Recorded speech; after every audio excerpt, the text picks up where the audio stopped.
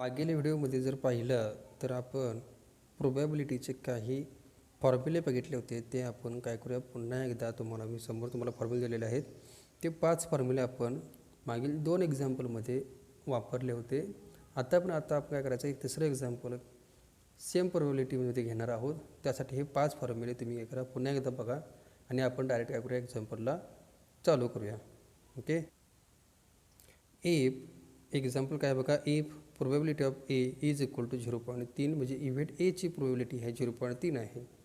Event बीची probability आहे 0.6 आणि ए आणि बी हे 2 इंडिपेंडेंट इव्हेंट्स आहेत.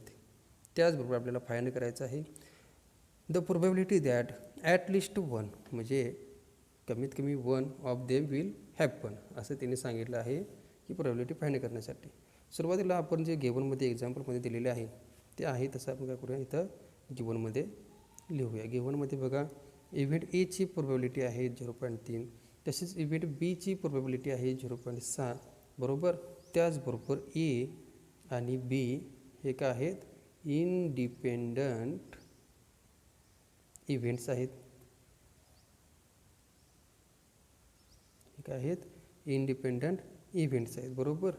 देअरफॉर जर इंडिपेंडंट 2 इव्हेंट असतील तर आपण काय करतो, probability of A intersection B is equal to probability of A into probability of बी.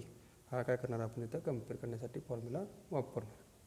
दोन्हीचा जर गुणाकार केला तर बघा 0.3 गुणिले 0.6 म्हणजे किती, ते 0.12 आला बरोबर. तर आपण काय करू शकतो, ह्या इंडिपेंडेंट इव्हेंट आहेत की नाहीत हे काय करू शकतो आपण पाहू शकतो. मग आता इथं सांगितले बघा, at least 1 of them will happen. At least 1 जर बघायचं असेल तर probability of A union B is equal to probability of A plus probability of B minus probability of A intersection B. हा फॉर्म्युला इथं अप्लाय करूया. प्रोबॅबिलिटी ऑफ ए बघा 0.3 आहे, अधिक प्रोबॅबिलिटी ऑफ बी आहे 0.6 वजा 0.12.